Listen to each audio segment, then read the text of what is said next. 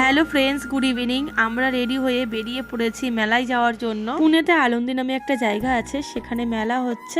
তো আমরা আজকে সেখানেই যাচ্ছি। আর আমরা যেখানে থেকে তার থেকে মাত্র 10 মিনিটের রাস্তা। তো আমরা চলে এসেছি আমার বড়খন স্কুটি রেখে। এখন আমরা যাব মেলার ভেতরে। মেলায় আসার জন্য ভীষণ পরিমাণে কান্নাকাটি করছিল। তো তার জন্য আমি ওকে জিজ্ঞাসা করলাম, তুই এবার খুশি তো?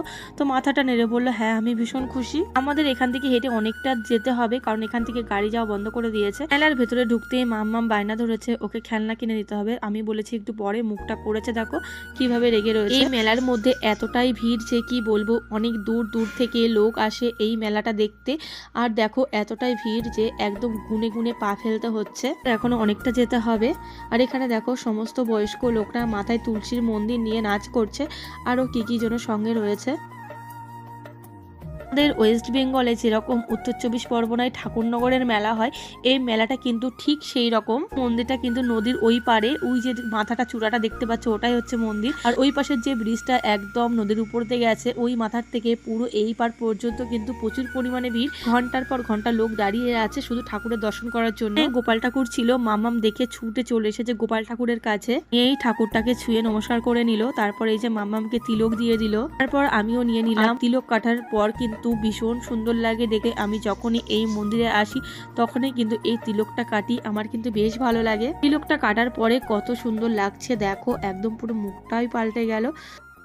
নদীর ধার দিয়ে এই যে প্লেটে প্লেটে করে ফুল সাজিয়ে রেখেছে, এগুলো সবাই এখান থেকে কিনে পুজো দিতে যায়। এই জায়গাটা কিন্তু ভীষণ পরিমাণে বড়। এখন ভিড় বলে আমি তোমাদেরকে সেইভাবে দেখাতে পারছিলাম না। নদীর ওই পাশে দেখো কীর্তন হচ্ছে। মাসিটার সাথে আমাদের দেখা হয়ে গেল। মাম্মামকে একটু আশীর্বাদ করে দিল, কারণ ইনি আমাদেরকে চেনে, সবসময় আমাদের হোটেলে যাতায়াত করে।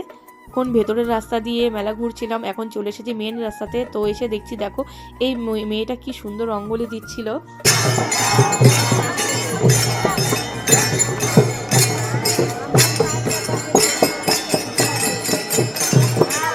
আমার তো সহ্য হচ্ছে না, কখন বলছে যে চলো খেলনার দোকানে চলো, আমাকে কখন খেলনা কিনে দিবা। তো চলে এসেছি আমরা একটা খেলনার দোকানে। আর এই দোকান থেকে দেখো আমরা একটা পুতুল নেব।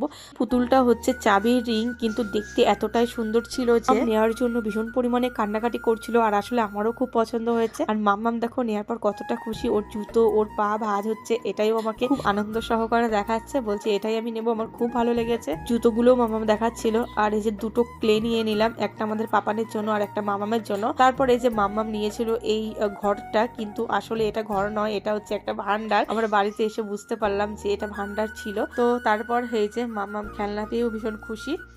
মেলায় আসলে পরে মাম্মামের এই জিনিসটা তো মাস্ট, এটাতে তো উঠবেই। তো এই যে উঠেই লাফালাফি করতে আরম্ভ করে দিয়েছে। আর জানো তো বাচ্চারা কিন্তু এই স্লিপিংই চড়তেই বেশি পছন্দ করে। আর মাম্মাম দেখো কিভাবে লাফাচ্ছিল।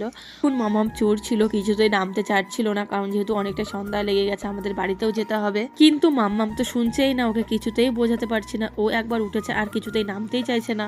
আর এই পাশে শুধু বাচ্চাদেরই খেলনা বসেছে, দেখতে পাচ্ছ ছোট্ট ছোট্ট কি সুন্দর নাগরদোলা, জাম্পিং, স্লিপিং এইগুলোই কিন্তু এখানে বসেছে। আর ওই পাশের দিক দিয়ে দোকানপাট গুলো বসেছে। পিং চড়া হয়ে গেলে মাম্মাম উঠে পড়েছিল এই যে গাড়িতে, আর উঠে বেশ আনন্দ পাচ্ছিল।